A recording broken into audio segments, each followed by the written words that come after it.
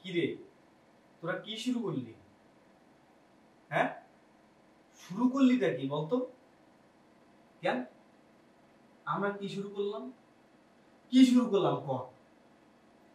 এই যে তোরা তোরা এই যে ছাত্র আন্দোলন, এই ছাত্র আন্দোলনটা করলি, তাই না? করলি না? তোরা সবাই করছিস না? এই তোদের কারণে আমার এই হাসু আপার ক্ষমতাটা চলে গেছে, তোরা কি জানিস? তোদের কি দরকার ছিল এই মানে হাসু আপার ক্ষমতা নিয়ে টানাটানি করার? হাসু আপা কি করছে আমার কত? কি কারণে তোরা এই আন্দোলনের নামলি?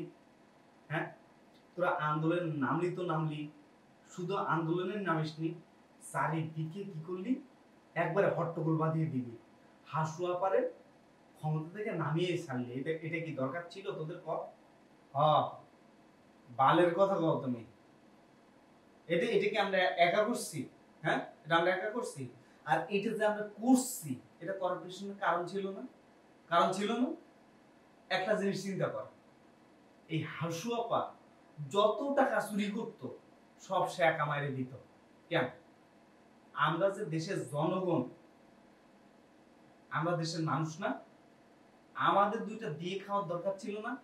কই, আমাদের তো কিছু দেয় নাই। আমাদের কিছু দেয় নাই বিধায় তো আমাদের এই রাস্তায় নামতে হইলো। কেন আমাদের রাজাকার বললো কেন? হ্যাঁ, রাজাকার কেন বললো এটা বল। এরপরে তুই একটা জিনিস দেখেছিস, এই যে বাজারে, হ্যাঁ, বাজারে এখন ঢোকা যায় না, কি পরিমাণে চাউল ডাউলের দাম। এই চাউল ডাউলের যে পরিমাণে দাম, আমরা ঠিকঠাক মতো খাইতে পারি না।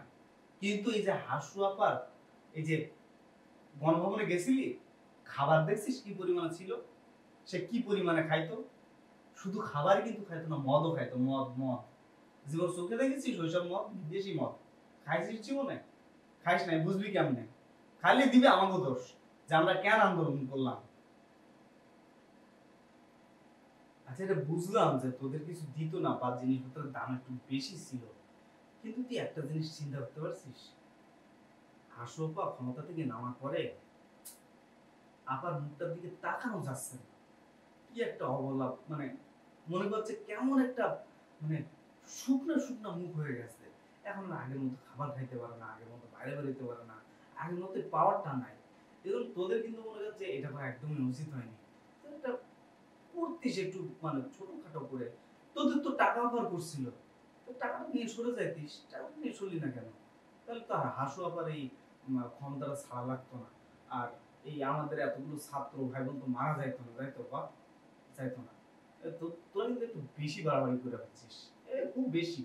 এটা আমি নিতে পারতেছি না, বিশ্বাস করে আমি নিতে পারতেছি না। তুমি আমার হ্যাডা জানো, হ্যাডা? হ্যাঁ, এই হাসু আপা যদি না নামাইতাম, হ্যাঁ, এই দেশে এখন চাউল ডালের দাম কমছে না? কমছে? এই যে জ্বালানি তেল, এই যে পেট্রোল, এই হাসু আপা এক চামচে কত টাকা দিছিল? 56 টাকা বাড়াই দিছিল। দেখ, এই 2-3 দিন আগে তত্ত্বাবধায়ক সরকার ডক্টর ইউনূস এই তেলের দাম 6 টাকা কমাইছে, 6 টাকা।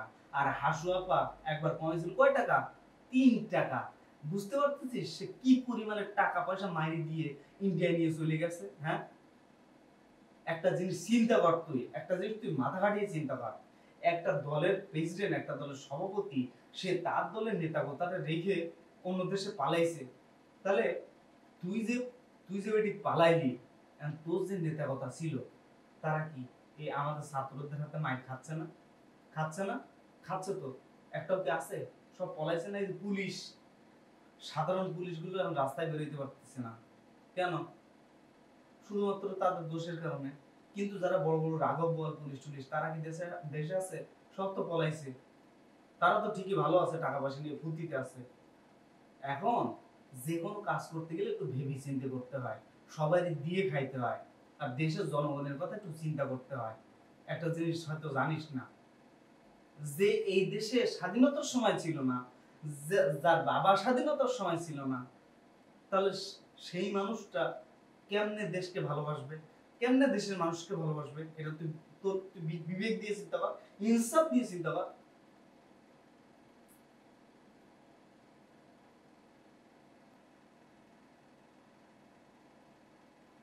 তুই অবশ্য এই জিনিসটা ঠিক বলছিস, এই কথা ঠিক আছে যে আসলে তো ঠিক কথা, শেখ হাসিনা তো যুদ্ধের সময় বাংলাদেশে ছিল না, ছিল না। শেখ হাসিনা শেখ রেহানা দুজনেই ছিল না। ও আবার ওই যে বঙ্গবন্ধু শেখ মুজিবুর রহমান উনিও তো ছিল না, উনিও তো রাজকীয় বন্দী ছিল পাকিস্তানে, মানে রাজকীয় ভাবে ছিল। আমি তো আসলে জিনিসগুলো ভুলে গেছিলাম বুঝলি, মানে আমি মনে হয় মনে করতে পারিনি। যাই হোক, যেটা হয়েছে ভালো হয়েছে, আল্লাহ যেটা করে ভালোর জন্য করে, এখন তার কিছু করার নেই, তাই না? যাক, তোরা ছাত্ররা যা করেছিস না, এখন দেখ পরের নির্বাচন আর পরের জনগণ আর পরের যে সরকার আসবে সে কেমন হয়, এইটা দেখার বিষয়, আর কিছু বলার নেই আমার। যা, আর কিছু বল না। সোনা জাদু, পরের যে সরকার আসবে, এই যে আমগো ছাত্র গো, কৈফিয়ত দিতে হবে। যে সরকার এরকম স্বৈর শাসনের দিকে যাবে, এই মনে কর শেষ। তো আর কোনো অপশন নেই কোনোভাবে স্বৈর শাসক হওয়ার। সবাই সাবধান হয়ে গেছে। আমরা ছাত্র কি জিনিস এটা দেখাই দিছি, এটা মামা মানতে হবে তোমার। বুঝলে ব্যাপারটা? তো সাবধান হয়ে যাও সবাই, সব দল সাবধান হয়ে যাও।